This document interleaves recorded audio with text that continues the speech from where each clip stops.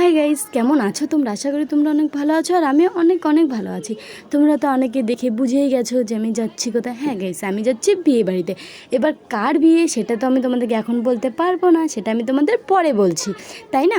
আর দেখো টুকটুক করে আমরা হাঁটতে হাঁটতে দেখো বিয়ে বাড়িতেও চলে আসি। আর গাইস, আমাদের বাড়ির থেকে বিয়ে মানে যেখানে যেই হোটেলটাতে আর কি বিয়ে নিয়েছে সেটা অনেক কাছে ছিল, যেই কারণে আমাদেরকে হেঁটে হেঁটে আসতে হয়েছে। আর একদমই হেঁটে আসার মজাটাই আলাদা, তাই না বলো গাইস? আর অনেকে এখন ভাবতেই পারো এদিকে কোথায় যাচ্ছ তোমরা।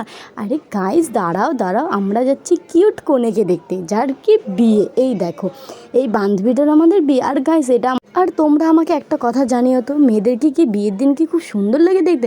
আমি না বুঝি না, জানো যে অনেকের বিয়েতে আমি যাই তো তাদেরকে দেখি বিয়ের দিন খুবই সুন্দর লাগে। কেন সুন্দর লাগে বলো তো?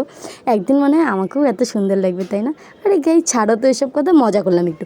আর গাইস দেখো, এখন আমরা ওখান থেকে বেরিয়ে খাবার টেবিলে যাচ্ছিলাম। আর কি খাবার টেবিলে এত ভিড় ছিল গাইস, যেই কারণে আমরা একটু হেঁটে হেঁটে পুরো চারিপাশ দেখতেছিলাম।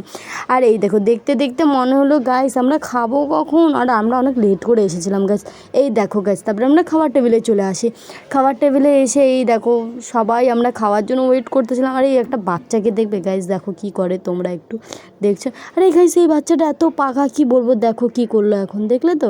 এত পাকা। আর গাইস, প্রত্যেক দিনের মতো আবার আমার ঢং শুরু হয়ে গেল।